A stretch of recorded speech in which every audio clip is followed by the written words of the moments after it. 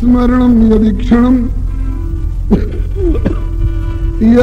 यद्वन्दनं यच्छ्रवणं यदर्हणं लोकस्य सद्यो विधुनोति कल्मषं तस्मै सुभद्रश्रवसे नमो नमः।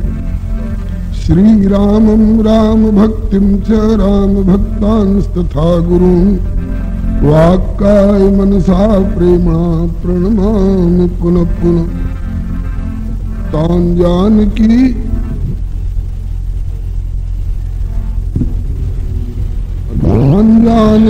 विरह वेदन हेतु भूतान इंद्रागाकलय्य सदशोकवनीय वृक्षान लंकालकानिव घनानुदपाटयदियस् तम हेम सुंदर कपिं प्रणमामि पुष्ट्यै। भक्त भक्ति भगवंत गुरु चतुर नाम बपुएक इनके पद वंदन किए नाशहि विघ्न अनेक। श्री गिरिजापति गिरिजा गणेश शेष शारद श्रुति व्यास वाल्मीकि पद पंकज नित ध्याऊं मैं। द्वादश भागवताचार्य चतु संप्रदायाचार्य श्री शंकर आचार्य कोश परिकर मनाऊं मैं। तुलसी कबीर सूर नाभा प्रियादास मीरा श्री नानक चैतन्य जू को अनुगत रहाऊं मैं। दीजे बर सब मिल मोहि मन वच क्रम छल तजिनत परिकर सह हरि हरि यश भरी भरी गाऊं मैं। जय जय गुरुदेव विश्वामित्र के प्रतीक राम तारक प्रदाता श्री चरित्रवन बिहारी की जय। जय गुरुदेव भक्तमाल के स्वरूप सानुकूल सर्वभांति सदा सभी सुखारी की जय। जय गुरुदेव वासवंशी वट यमुना तट उत्कट आदर्श संत सेवा व्रतधारी की जय। जय गुरुदेव फलाहारी राम लीला व्रती आचार्य व्यास सर्व संत रूपधारी की। बोलिए प्रेम से श्री भक्ति भक्त भगवान की जय। श्री गुरुदेव भगवान की जय। श्री आचार्य चरण की जय। श्री भगवन नाम संकीर्तन की जय। राम रसिया श्री हनुमंत लाल की जय। श्री बक्सर चरित्रवन बिहारी सरकार की जय। श्री सीताराम विवाह महोत्सव स्थल की जय। श्री सपरिकर श्री भक्तमाल जी की अपने अपने श्री गुरु गोविंद की श्री सर्वसंत वैष्णव भगवान की। सीताराम जय सीताराम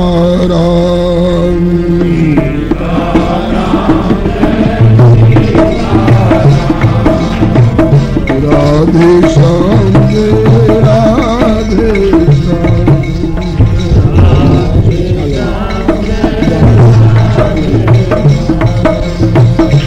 सीताराम जय सीताराम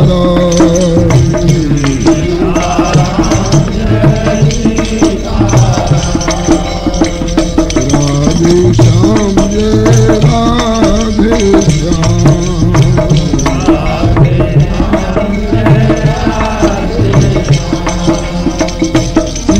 सीताराम जय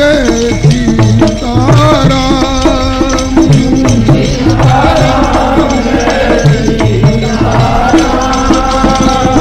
राधे श्याम जय राधे श्याम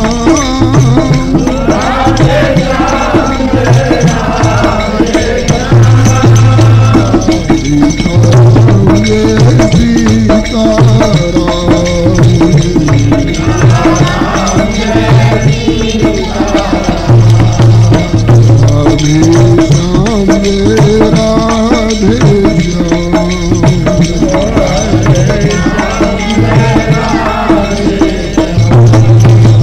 श्री राम कृष्ण भगवान की जय। श्री प्रभु कृपा से हम लोग बड़े भाग्यशाली हैं जो भारत भूमि में मानव शरीर प्राप्त कर सिद्धाश्रम क्षेत्र में श्री सीताराम विवाह महोत्सव स्थल सत्संग आश्रम में समवेत होकर भगवत भागवत यश गायन एवं श्रवण का सुअवसर प्राप्त कर रहे हैं। हम लोगों के सौभाग्य को देखकर देवता लोग तरसा करते हैं। प्राप्त समय का सदुपयोग करने के लिए हम लोग भक्त चरित्र की चर्चा कर रहे हैं। मांडव्य चरित्र है अतिशय अद्भुत, मांडव्य चरित्र है अतिशय अद्भुत, को कर सके बखान जी। जिनके सन्मुख घुटने टेकी जमराजहु पकड़े कान जी। मांडव्य चरित्र है अतिशय अद्भुत, को कर सके बखान जी। जिनके सन्मुख घुटने टेकी जमराजहु पकड़े कान जी। मांडव्य ऋषि का चरित्र बड़ा ही अद्भुत है। ऐसा प्रताप कि जिनके आगे प्रजा का संयमन करने वाले यमराज जी कहिए अथवा धर्मराज जी कहिए, इन्होंने भी घुटने टेक दिए। घुटने टेकने का मतलब शरण हो जाना, क्षमा याचना करना। घुटने टेक दिए यमराज भी और क्षमा प्रार्थना करने लग गए। घटना इस प्रकार की है। एक समय नृप सदन माही, चोरी कर भागे चोर जी। किसी राजा के घर में चोरी करके चोर लोग सामान लेकर के भागे। एक समय नृप सदन माही, चोरी कर भागे चोर जी। भई जगार जग गए, अरे चोर चोर चोर ऐसे करके। भई जगार सिपाही दौड़े, चोर चोर कर शोर जी। भागत भागत गए चोर, एक बन बीहड़ घन घोर जी। मुनि मांडव्य समाधि माही, बैठे अविचल जे ठोर जी। जागरण हो गया, हल्ला मच गया। सिपाहियों ने चोरों का पीछा किया। चोरों ने देखा कि चोरी का माल लेकर हम लोग भाग नहीं सकते, पकड़े जाएंगे, जान जाएगी। चलो चोरी का माल फेंको, जान तो बचाओ। भागते जहां तक भाग सकते थे भागते गए और एक बड़े घनघोर बीहड़ वन में पहुंचे, जहां श्री मांडव्य ऋषि समाधि में स्थित भजन तपस्या कर रहे थे। उन्हीं की कुटिया के इर्द गिर्द गए फेंकी वे चोर, वहीं सब चोरी को सामान जी। जिनके सन्मुख घुटने टेकी जमराज पकड़े कान जी। फेंकी वे चोर, वहीं सब चोरी को सामान जी। जिनके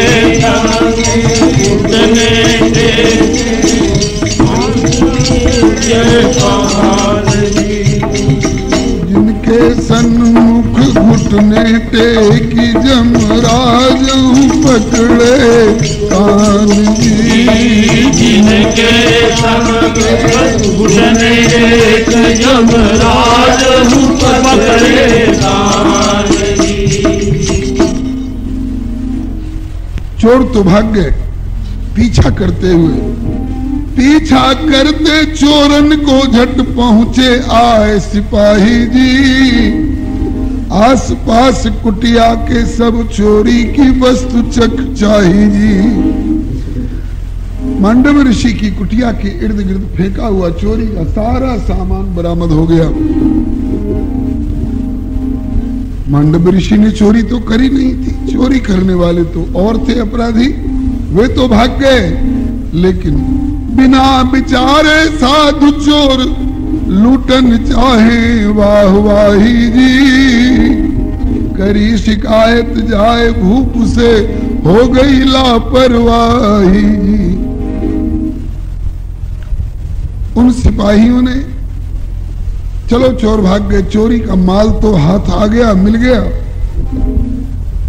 वाहवाही लूटने के लिए, राजा से इनाम पाने के लिए बिना सोचे विचारे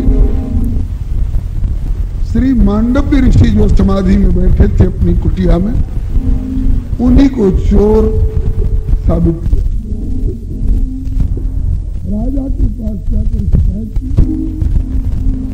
राजा ने भी कुछ ज्यादा जांच पड़ताल करने की कोशिश नहीं की। भूप और गुप्तचर कोई, भूप गुप्तचर कोई मुनि को सके नहीं पहचान जी, जिनके सन्मुख घुटने पे यमराज पकड़े कान। भूप गुप्तचर कोई मुनि को सके नहीं पहचान जी, जिनके सन्मुख घुटने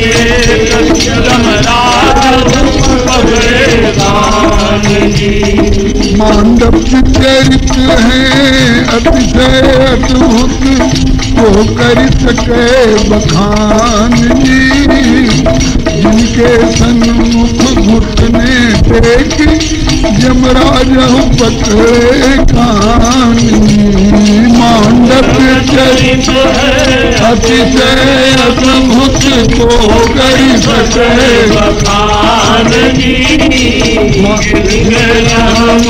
घुटने देख यमराज पकड़े कान जी। न सिपाही समझ पाए न राजा समझ पाए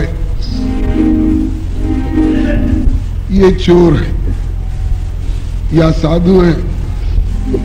चोर भाग चुके हैं, ऋषि समाधि में स्थित हैं, ऋषि को ही चोर समझ करके दाढ़ी और बोल रहे हैं, फटकार रहे हैं, देखो देखो दाढ़ी जटा बढ़ाए रात में करत फिरत है चोरी जी, दाढ़ी जटा बढ़ाए रात भर करत फिरत है चोरी जी, और दिन में ढोंग रचत समाधि को बहुछल छंद बटोरी जी।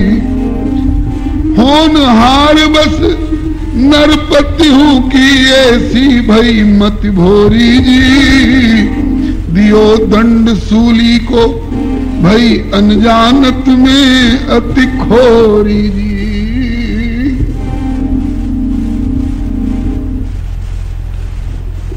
आपस में चर्चा करके देखो, ये है तो चोर, रात रात भर चोरी का धंधा करता है, और अब पकड़े जाने की नौबत आई तो देखो कैसा समाधि का ढोंग कर रहा है, लगता है कोई बड़े सिद्ध महापुरुष है। ऐसे कहते हुए राजा के सन्मुख शिकायत करके और उन्हें दंड दिलवा दिया। राजा ने भी बिना अच्छी तरह जांच पड़ताल कराए चोर समझ दियो दंड, साधु को गलत लग्यो अनुमान जी, जिनके सन्मुख घुटने देखी यमराज पकड़े कान जी, और समझ दियो दंड अनुमान जी, जिनके सन्मुख घुटने देखी यमराज पकड़े कान जी। चोर समझ करके साधु को दंड का विधान कर दिया, करा दिया। भोजपुरी भाषा में कहावत एक है, खेत खैलन गदहा हमार खैलन जोला, और करे अपराध को और पाव फल भोग, अति विचित्र भगवंत गति को जग जाने जो। राजा ने कहा कि इसे सूली पर चढ़ा दो, इस ढोंगी को। रात रात भर चोरी करता रहता है और दिन में पकड़े जाने की नौबत आई तो समाधि का ढोंग कर रहा है, साधु बन बैठा। इसे सूली पर चढ़ा दिया जाए। उन दिनों की सूली बड़ी दर्दनाक होती थी। मोटा लट्ठा जो गाव दुम, नीचे मोटा और ऊपर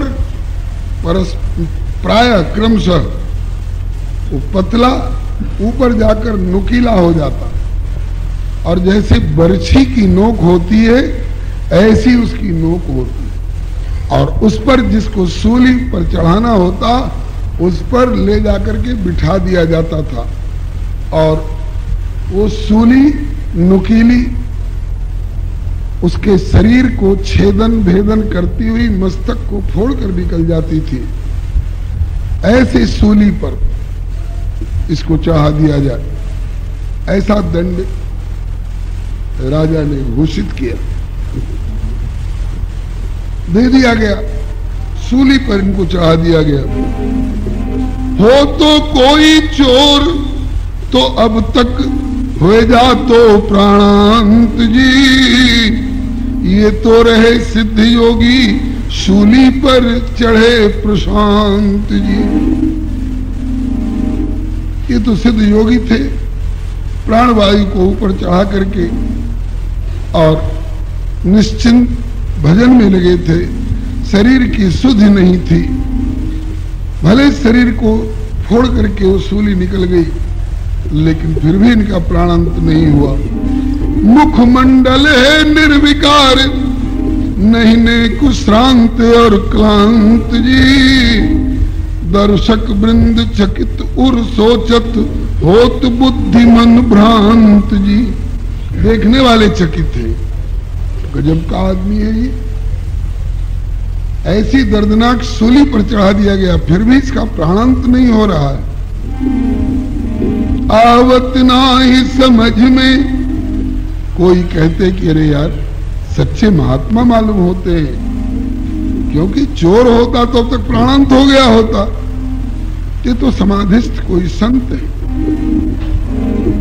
भाई संत हैं तो इनको चोर समझ करके दंड का विधान क्यों किया गया? ऐसे तर्क वितर्क करते लोग। दर्शक वृंद चकित उर सोचत होत बुद्धि मन भ्रांत जी। आवत नाही समझ में कैसो विधि को अजब विधान जी। जिनके सन्मुख घुटने टेकी यमराज पकड़े कान जी। आवत नाही समझ में कैसो विधि को अतिशय अद्भुत को कर सके बखान जी। जिनके सन्मुख घुटने टेकी यमराज पकड़े कान जी। मानव चरित है अतिशय अद्भुत को कर सके बखान जी। जिनके सन्मुख घुटने टेकी यमराज पकड़े कान जी। ये घटना पहले से घट चुकी थी। मांडव ऋषि शूली पर स्थित थे। उसी समय सती एक पतिव्रता सांडिली पति की आज्ञा पाली जी। सती एक पतिव्रता सांडिली पति की आज्ञा पाली जी।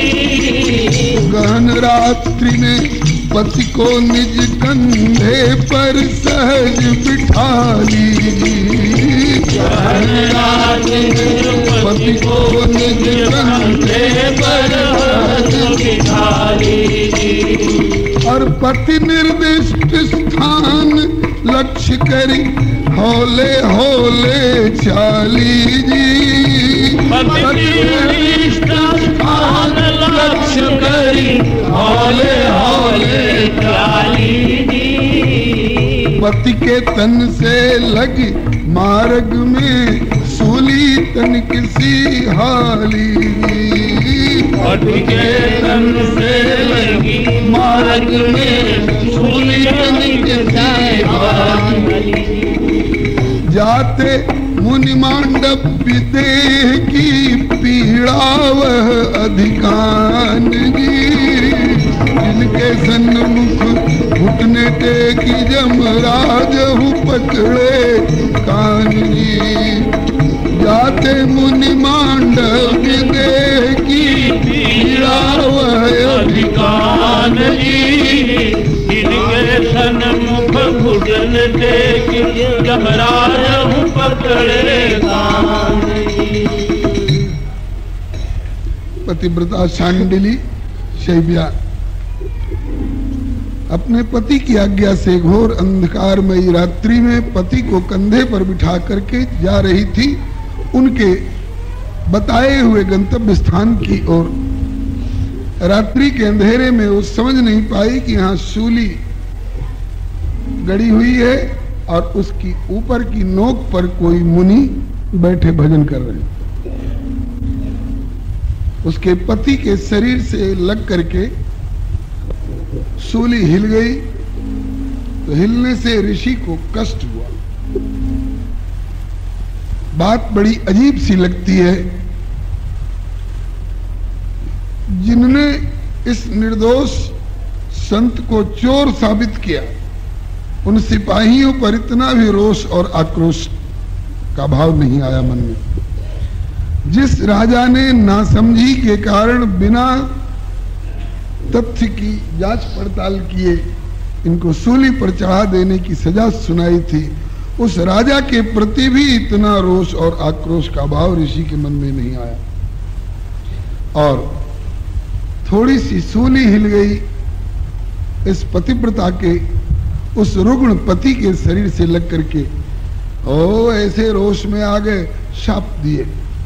हो सकता है जिस समय सूली पर चढ़ाया गया था उस समय तक समाधि में स्थित रहे हो, बाह्य ज्ञान नहीं रहा हो, शरीर का भान नहीं रहा हो, और जिस समय उस पतिव्रता के पति से लगकर शरीर सूली हिली उस समय हो सकता है समाधि खुल गई हो, अब जागृत दशा में आ गए। ऐसा ही अनुमान हो रहा है। शाप दिए मांडव्य कुपित हुए कि लागत जाके गात जी, जिसके शरीर के लगने से शाप दिए मांडव्य कुपित हुए लागत जाके गात जी। शूली हिल गई और व्यथा हमारी अति असह्य अधिकात जी। मरे पतित्व निश्चय ही सूर्योदय होत प्रभात जी। चौंक गई पतिव्रता शांडिली सुन मुनिवर की बात जी। मांडव्य ऋषि ने शाप दिया, जिस पतित के शरीर से लगकर ये सूली हिली और मेरी इतनी पीड़ा बहुत बड़ी, उस पतित का शरीर छूटेगा, उसका प्राणांत होगा सूर्योदय होते ही। पतिव्रता साथ में वो चौंक गई, ऊपर देखा कोई महात्मा बैठे। अब ये पता लगाने की आवश्यकता क्या है, ऊपर क्यों बैठे हैं। इतनी बात जानकारी में आई कि ये शाप दे रहे हैं कि जिसके शरीर से लग करके सूली हिली है, सूर्योदय होते ही उसका प्राणांत होगा। तो पतिव्रता भी अपने स्वरूप में आकर के और बोल पड़ी, अब मेरी बात भी सुनिए देखे ध्यान जी। जिनके जमराज पकड़े कान जी। बोल पड़ी, अब मेरी बात भी सुनिए देकर ध्यान जी। जिनके सम्मुख उभरन के जमराज पकड़े कान जी। मांडव्य चरित है अतिशय अद्भुत, को कर सके बखान जी। जिनके जिनके सन्मुख घुटने टेकी यमराज पकड़े कान जी। मानव चरित है अतिशय अद्भुत को करि सके बखान जी। जिनके सन्मुख घुटने टेकी यमराज पकड़े कान जी। एक सिद्ध संत में और एक सिद्धा पतिव्रता में सीधी टक्कर हो गई, होड़ लग गई। संत ने आशीर्वाद शाप दिया। आगे चलकर यह बात सिद्ध होती है कि ऐसे संत भरसक कुपित होते नहीं हैं, और कदाचित हुए तो उसमें हरि इच्छा मम इच्छा कह दीन दयाला। और संत कोप करके शाप भी दे तो आगे चल करके वह शाप वरदान जैसा मालूम होता है। मुनि शाप जो दीना अतिबल कीना परम अनुग्रह में माना, क्रोधोपि देवस्य वरेण तुल्य। आइए, ऋषि ने शाप दिया, जिसके शरीर से लग करके सूली हिली है, मेरी पीड़ा बढ़ी है, उसका सूर्योदय होते ही प्राणांत होगा। वो पतिव्रता चौंक पड़ी और बोली, बाबा मेरी बात भी सुन लो।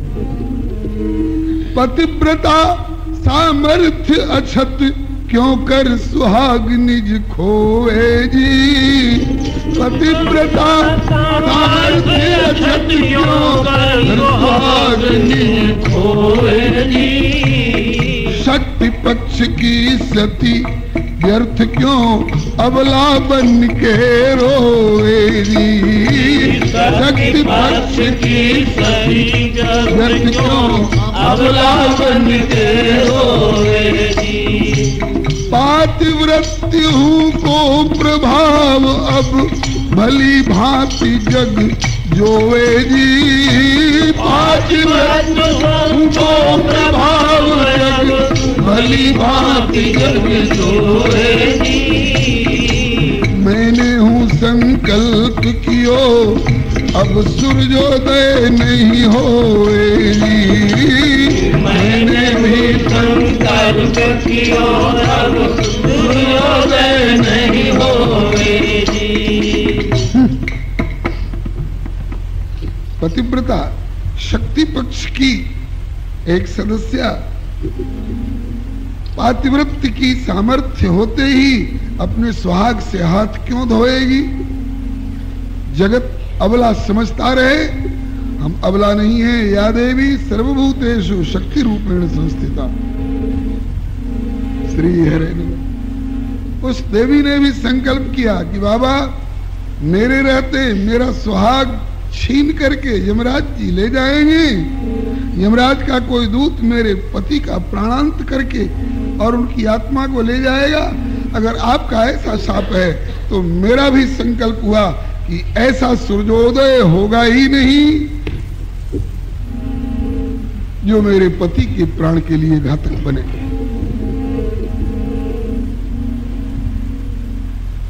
घातक बन क्यों मृत्यु देवता लेवे पति के प्राण जी। जिनके सन्मुख घुटने टेकी यमराज पकड़े कान जी।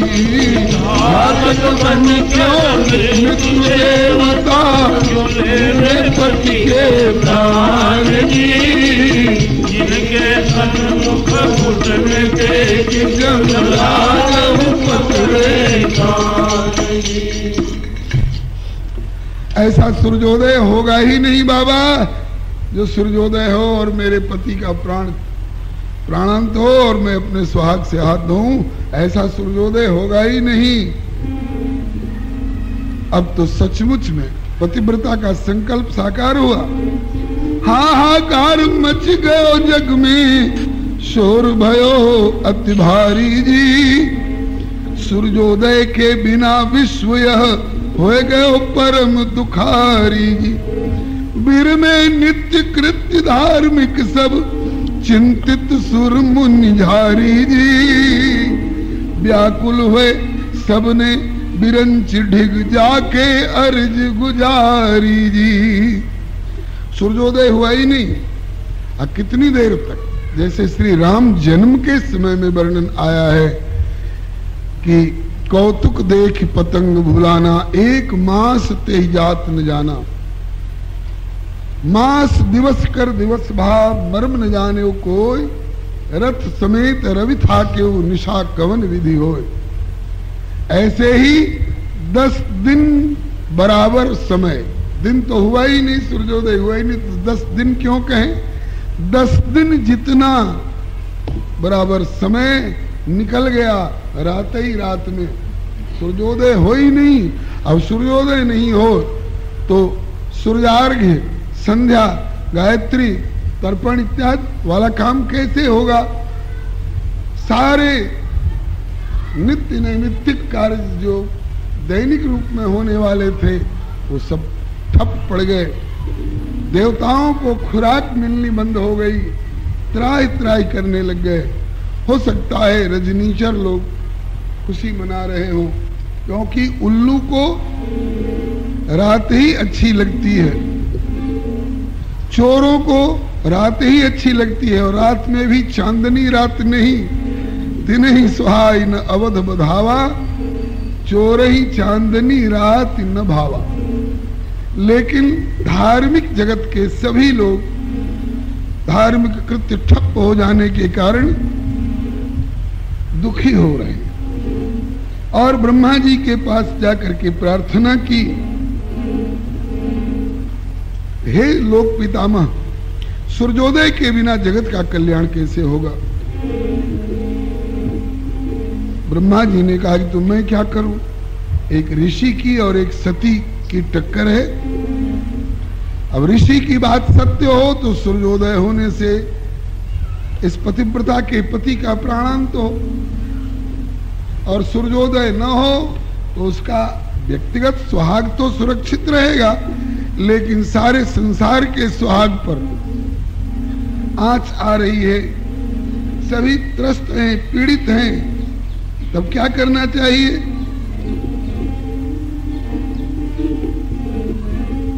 हाहाकार मच गयो जग में, शोर भयो अति भारी जी। सूर्योदय के बिना विश्व हो गयो परम दुखारी जी। वीर में नित्य कृत्य धार्मिक सब चिंतित सुर मुनि जारी जी। व्याकुल है सबने बिरंच ढिग जाके अर्ज गुजारी जी। अहो पितामह सूर्योदय बिनु कैसे हो कल्याण जी।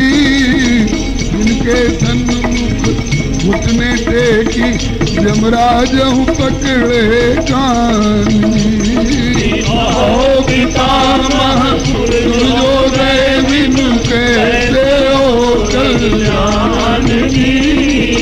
जिनके सन्मुख घुटने टेकी यमराज पकड़े कान। क्यों भाई, बात क्या है? पुकार करने वालों से ब्रह्मा जी ने पूछा। घटना मृत्युलोक की है, और ब्रह्मा जी 7 लोग ऊपर बैठे हुए हैं। जब देवताओं ने, ऋषि मुनियों ने आर्त पुकार करी तो ब्रह्मा जी ने पूछा बात क्या है? बोले कि 10 दिन जितनी रात सूरज बिन कैसे हो गुजारो जी। जैसे भी संभव हो वैसे ये जग को संकट टारो जी। तो कहे विरंच हूँ विवश, नया में बस कछु चले हमारो जी। ब्रह्मा जी बोले कि मैं भी लाचार हूँ भाई, इस मामले में मैं कुछ नहीं कर सकता। तो क्या रात वही बनी रहे, सभी लोग कष्ट पाते रहे? कहा कि नहीं, उपाय बताता हूं। कहे विरंच हूँ विवश, नया में बस कछु चले हमारो जी। चाहो यदि कल्याण तो अनसुईया के निकट पधारो जी।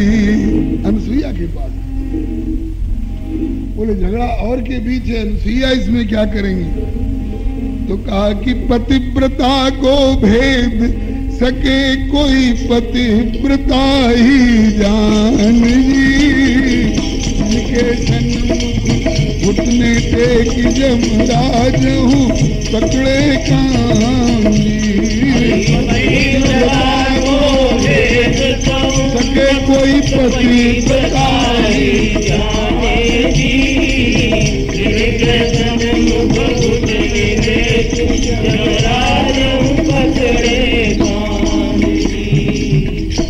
जौहरी की गति जौहरी जाने, घायल की गति घायल जाने, से पतिव्रता की गति को पतिव्रता ही जाने।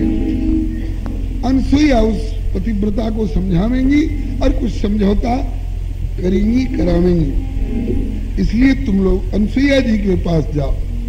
तो जैसे अकाल पीड़ित स्थिति में जल फल फूल अन्न की समस्या हल करने के लिए पहले लोग एक बार पधारे थे और माता अनुसुईया से बड़ा भारी सहयोग मिला था, विश्व का संकट टला था। उसी तरह से ब्रह्मा जी की आज्ञा से सब अनुसुईया के ढिग आए जी। ब्रह्मा जी की आज्ञा से सब अनुसुईया के ढिग आए जी। ब्रह्मा की आज्ञा से सब अनुसुईया के ढिग आए जी। ब्रह्मा जी की आज्ञा से सब अनुसुईया के ढिग आए जी। त्राहि त्राहि कही अनुसुईया से विनती करुण सुनाए जी। त्राहि त्राहि कही अनुसुईया से विनती करुण सुनाए जी। अनुसुईया ने आश्वासन दे सैव्या को समझाए जी। अनुसुईया ने आश्वासन दे सैव्या को समझाए जी। होन देहु सूर्योदय क्यों निज पति हित विश्व दुखाए जी। होन देहु सूर्योदय क्यों निज पति हित विश्व दुखाए। पंक्तियों के भाव अर्थ स्पष्ट हैं।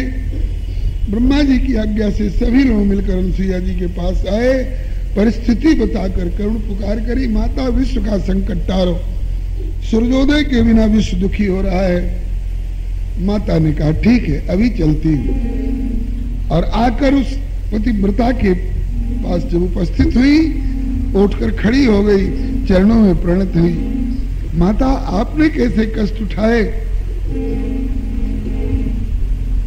तो श्री अनुसुईया जी ने समझाया, देवी सूर्योदय के बिना सारा विश्व दुखी है।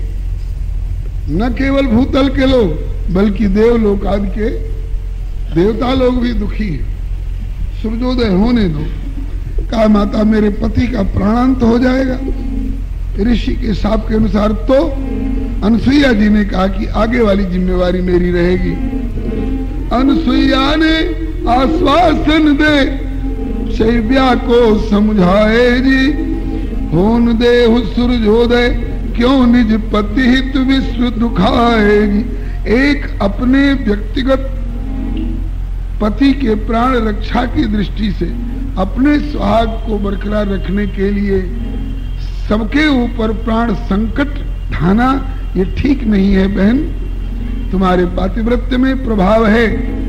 मैंने माना, सारा विश्व यहाँ तक कि वे ऋषि भी तुम्हारा लोहा मान गए हैं। ब्रह्मा जी परमेष्ठी पद पर आसीन वो भी कह चुके हैं इसमें मेरा कोई वश नहीं।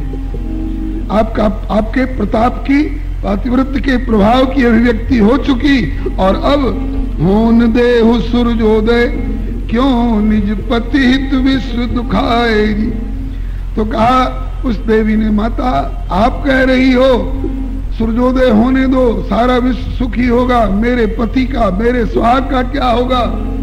अनुसुईया जी ने आश्वासन दिया कि तुम्हारे पति को मैं निज तप बल करी हूँ जीवन दान जी। जिनके सन्मुख घुटने टेकी यमराज पकड़े कान।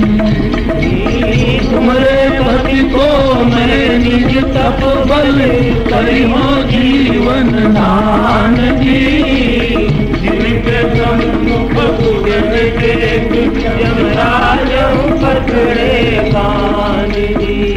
मांडव चरित्र है अतिशय अद्भुत को कर सके बखान जी।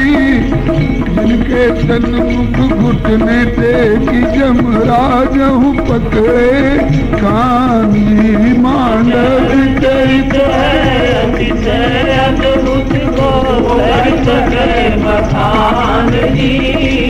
जिनके सन्मुख घुटने टेकी यमराज पकड़े कान जी।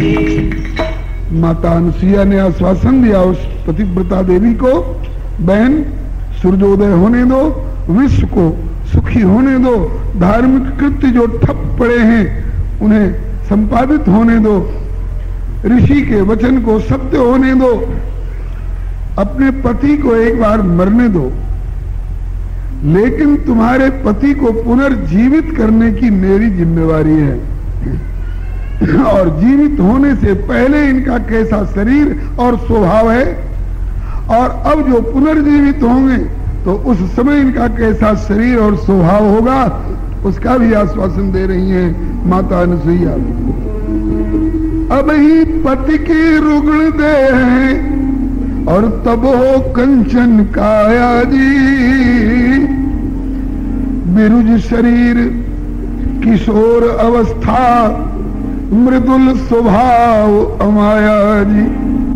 अभी तुम्हारे पति के शरीर में कुष्ठ रोग व्याप्त है, जगह जगह फोड़े हो रहे हैं, पीप निकल रही है, दुर्गंधी आ रही है, और अब वृद्धावस्था की ओर जा रहे हैं। शरीर का ये धर्म है, अस्ति जायते वर्धते विपरिणमते अपक्षीयते और विनश्यति। इसी गली से हर प्राकृतिक शरीरधारी को चलना पड़ता है। तो अभी तुम्हारे पति की रुग्ण देह है और जर्जर शरीर है, और अब जो शरीर मिलेगा पुनर्जीवन वाला वो निरोग शरीर होगा। अभी तुम्हारे पति का क्रोधी स्वभाव है, बात बात में कहावत है कि रस्सी जल जाती है मगर उसकी ऐंठन नहीं जाती है। इस देवी की महिमा के कारण भले वह कुछ अपना कल्याण प्राप्त कर जाए, नहीं तो पूर्व जन्म कृतम पापम व्याधि रूपेण वर्तते। ये कोढ़ किसी साधारण पाप का फल है थोड़े, तो पूर्व जन्म के भयंकर दोष के कारण ये कुष्ठ का रोग, शरीर से पीव और दुर्गंधी निकल रही है, जर्जर शरीर हो रहा है, फिर भी क्रोधी स्वभाव नहीं जाता है। लेकिन अब जो शरीर मिलेगा तुम्हारे पति को बड़ा ही मृदुल स्वभाव होगा, कभी किसी पर क्रोध नहीं करेंगे, तुम्हारे ऊपर भी क्रूरता पूर्ण आज्ञा कभी नहीं करेंगे। अब ही पति की रुग्ण देह हैं और तब हो कंचन काया जी। विरुज शरीर किशोर अवस्था मृदुल स्वभाव अमाया जी। अचल सुहाग रहे तुमरो नितराम कृपा की छाया जी। और सूर्योदय लही फूले फले जग परमेश्वर की दाया जी।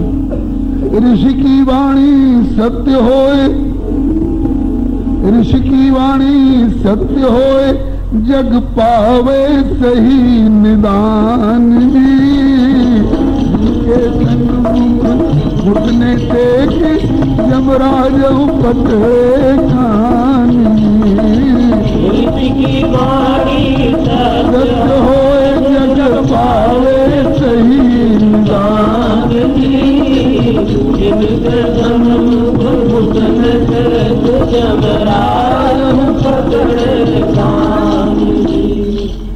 इस प्रकार से जब माता अनुसुईया ने उस पतिव्रता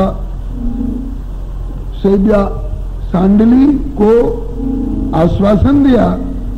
उन्होंने हाथ जोड़ लिए, माता मैं ऐसी नीयत नहीं रखे हुए हूं, मैंने ऐसी कसम नहीं खा रखी है कि सारा विश्व भले दुखी रहे, मेरा सुहाग बना रहे।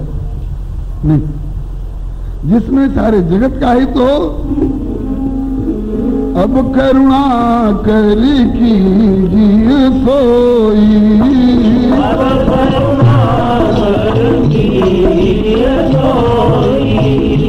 सब कर धर्म सहित हित होई,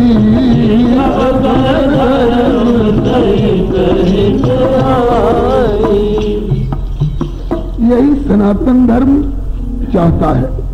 सनातन धर्मावलंबी यही चाहता है। सर्वे भवन्तु सुखिनः, सर्वे सन्तु निरामया, सर्वे भद्राणि पश्यन्तु मा कश्चित् दुःख भाग् भवेत्। सभी सुखी रहे। सबका भला करो भगवान, सबका भला करो भगवान, सबका भला करो भगवान, सबका भला करो भगवान। सबको देहु सुमति का दान, सबका भला करो भगवान, सबको देहु सुमति का दान, सबका भला करो भगवान। सबका सब विधि हो कल्याण, सबका भला करो भगवान, सबका विधि हो कल्याण, सबका भला करो भगवान। ये धर्म सनातना, ये सनातन धर्म की मान्यता है। माता मैं सनातन धर्मावलंबिनी हूँ। मैं कब चाहूंगी कि सारा विश्व सूर्योदय के बिना दुखी रहे, लेकिन मेरा सुहाग लुट जाए, यह भी मैं नहीं चाहूंगी। कहा कि देवी तुम्हारा सुहाग भी सुरक्षित होगा। एक बार ऋषि की वाणी सत्य होने दो, सूर्योदय होने दो, पति का प्राणांत होने दो, और मैं अपने पातिव्रत्य के प्रभाव से तुम्हारे पति को जीवन दान करूंगी। मान गई पतिव्रता सांडली अनसुईया की बात जी, वो सूर्योदय मर्यो तुरत पति कौशिक होत प्रभात जी। ठीक है, आप जैसा चाहें वैसा समझौता कर लें, करा लें, लेकिन मेरा सुहाग सुरक्षित रहना चाहिए। बोले ठीक है। मान गई पतिव्रता सांडली अनसुईया की बात जी, हो सूर्योदय मर्यो तुरत पति कौशिक होत प्रभात जी। वो अनसुईया ने तुरत शपथ ले लीनी हाथों हाथ जी,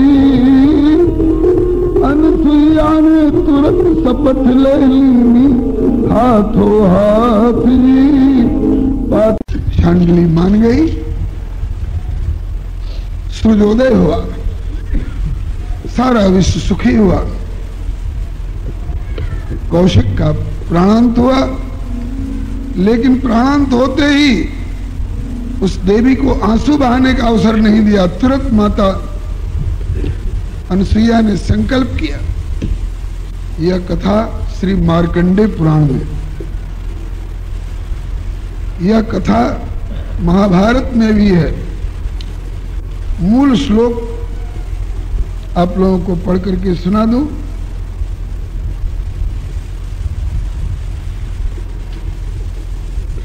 तस्य भार्या, साप के समय, तस्य भार्या ततः श्रुत्वा तम शापमति दारुणम प्रोवाच व्यथिता सूर्यो नैवोदय मुपैष्यति।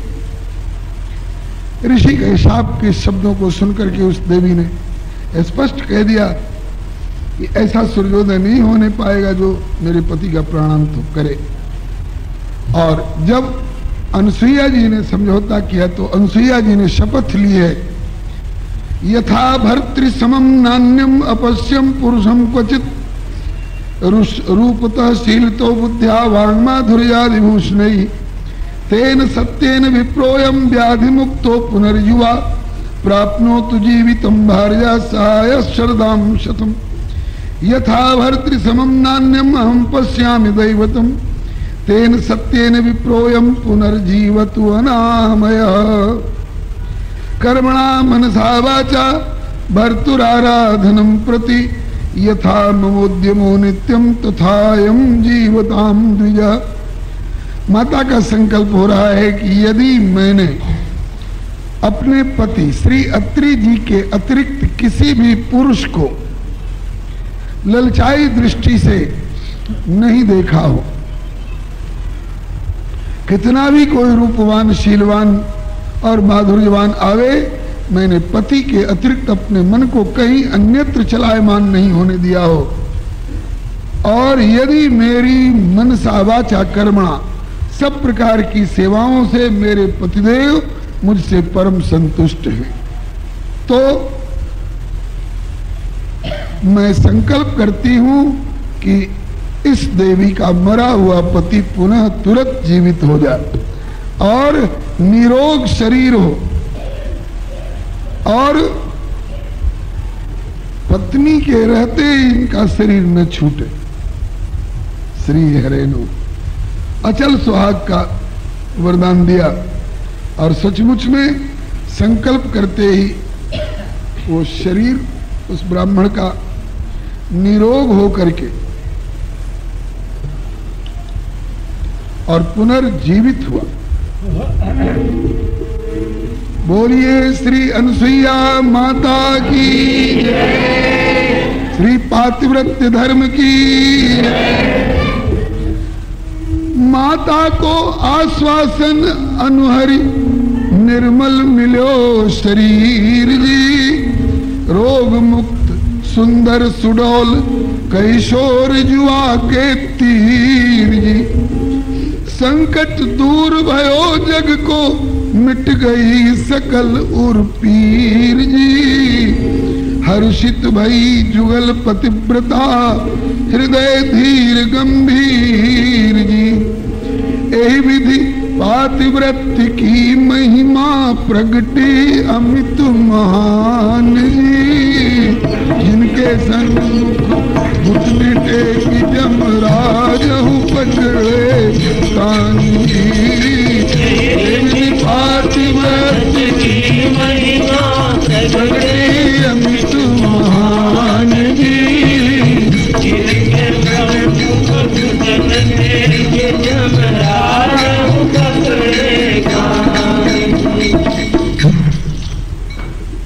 जगत का संकट दूर हुआ, ऋषि की वाणी सत्य हुई और पति पुनर्जीवित हुआ, निरोग और शताधिक आयु वाला शरीर प्राप्त करके।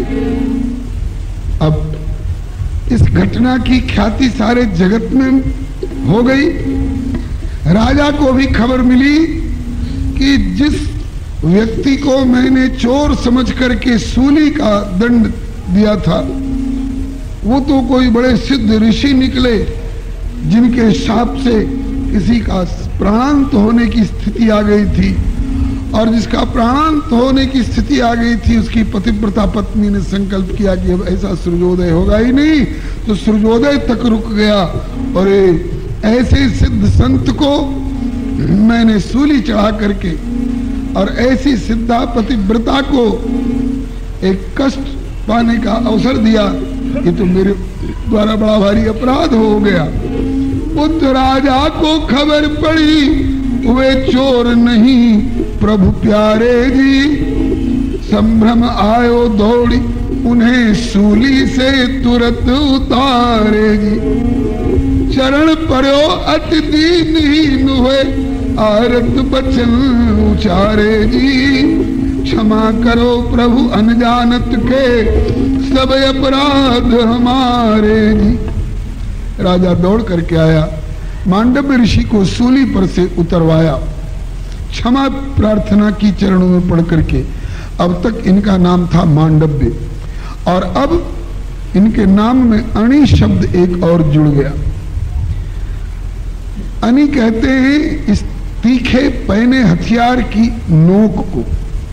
तो एक सूली की अणि उनके शरीर में विधि, इसलिए अणि मांडव्य कहलाने लग गए अब से। अब उनका नाम अणि मांडव्य ऋषि। राजा ने सूली पर से उतारा, ऋषि को क्षमा प्रार्थना की। चरण परो अति दीन हुए, आरत बचन उचारे जी। क्षमा करो प्रभु अनजानत के सब अपराध हमारे जी। मुनि ने नृप को अभय कियो, कही बचन सहित मुस्कान जी। जिनके सन्मुख घुटने टेक जमराज पकड़े कान जी। मुनि ने नृप को अभय कियो, कई वचन सहित मुस्कान जी।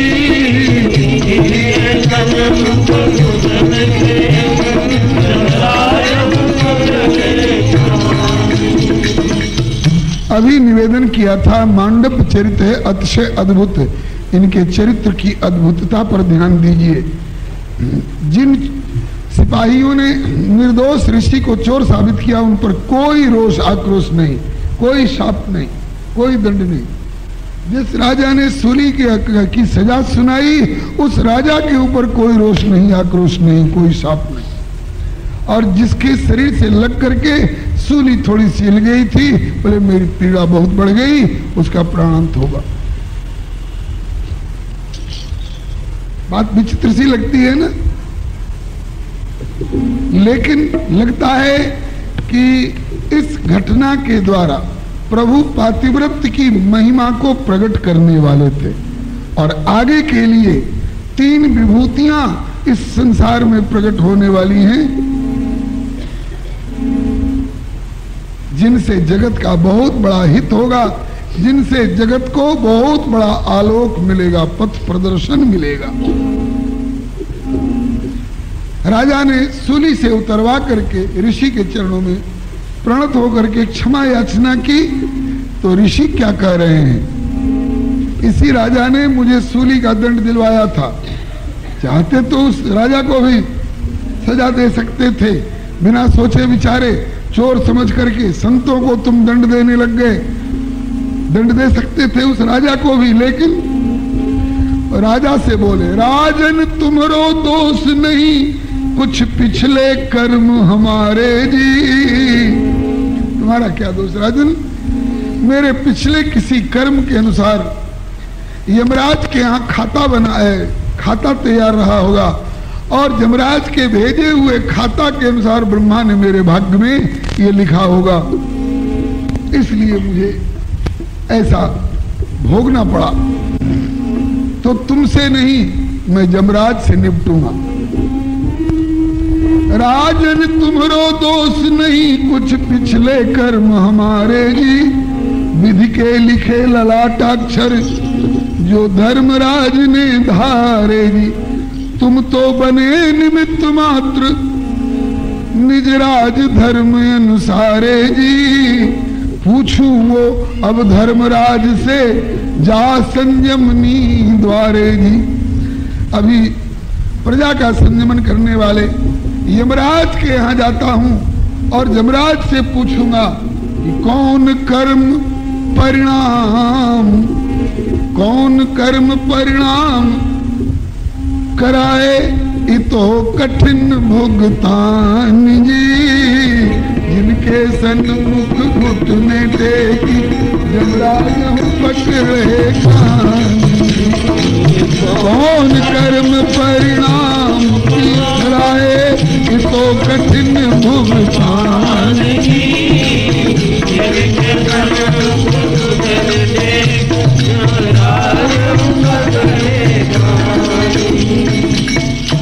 मैं यमराज से जाकर पूछूंगा, मैं धर्मराज से जाकर के पूछूंगा कि मेरे किस अपराध के कारण तुमने मेरे शरीर में सूली चुहाने का दंड दिलवाया है।